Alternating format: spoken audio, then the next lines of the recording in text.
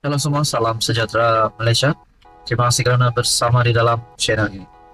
Saudara-saudara yang amat dihormati, tuan-tuan dan puan-puan yang amat dihormati.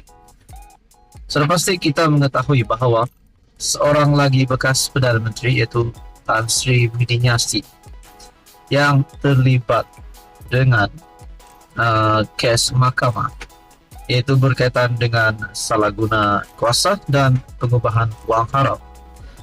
Ada yang berkata Muhyiddin Yassin memang benar bersalah dan akan masuk penjara. Itu mungkin kepada musuh politik Muhyiddin Yassin ataupun kepada yang bukan mengundi Muhyiddin Yassin.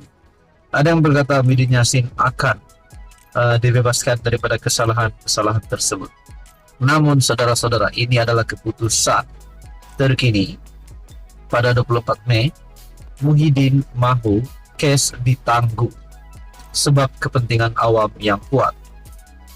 Bekas Perdana Menteri Muhyiddin Yassin berkata kes salah guna kuasa dan pengubahan wang haram terhadapnya tidak sepatutnya diteruskan sementara menunggu pelupusan permohonan semakannya atas alasan terdapat kepentingan awam yang kuat.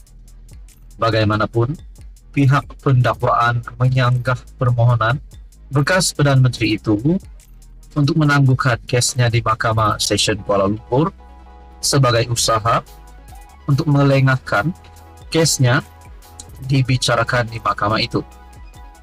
Dua hujah yang bertentangan ini dilihat dalam afidavit yang difailkan bulan ini berhubung permohonan Muhyiddin menangguhkan kesnya di Mahkamah Session.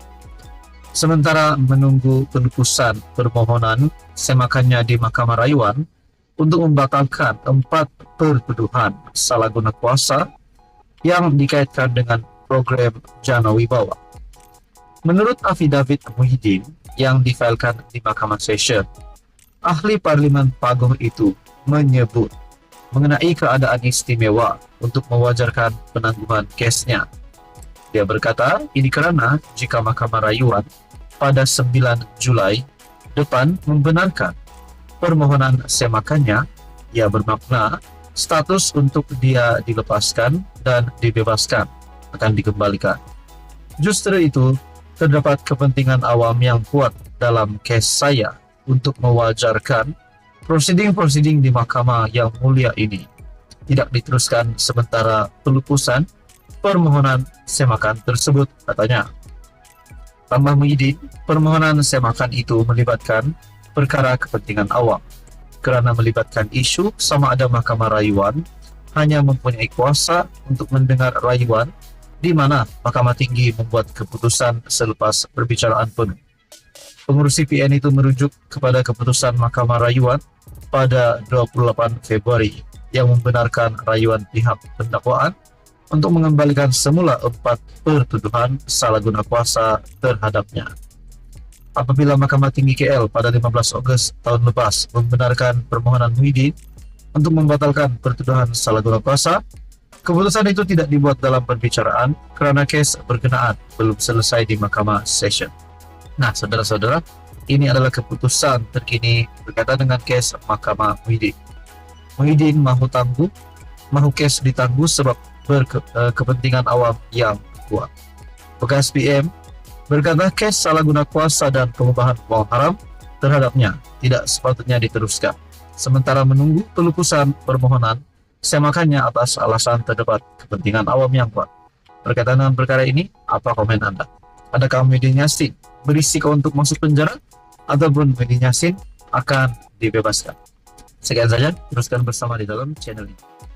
Halo semua, salam sejahtera Malaysia. Selamat datang ke channel Fels Lifestyle.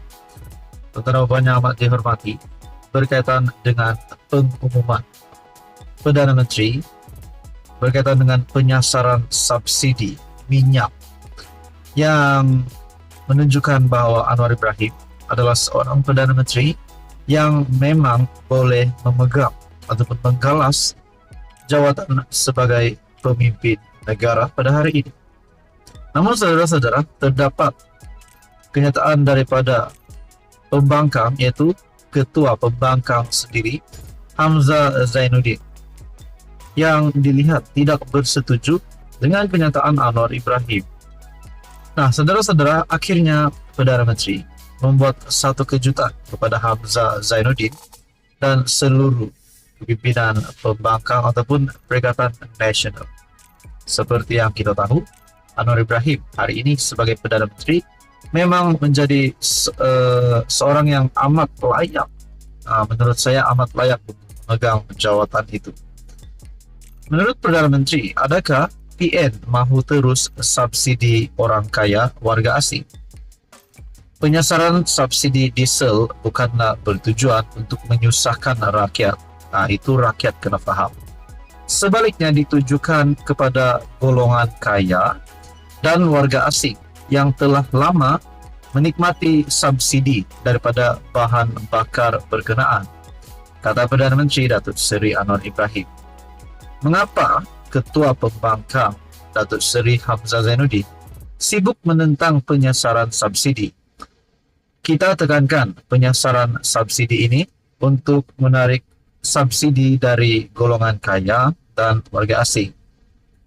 Diesel tidak digunakan majoriti rakyat, dan bagi golongan terkait seperti pemandu teksi, peniaga kecil, nelayan, semua diberi pengecualian dan bantuan untuk menampung kenaikan kos itu. Katanya membidas kenyataan Hamzah yang mengkritik penyasaran subsidi itu.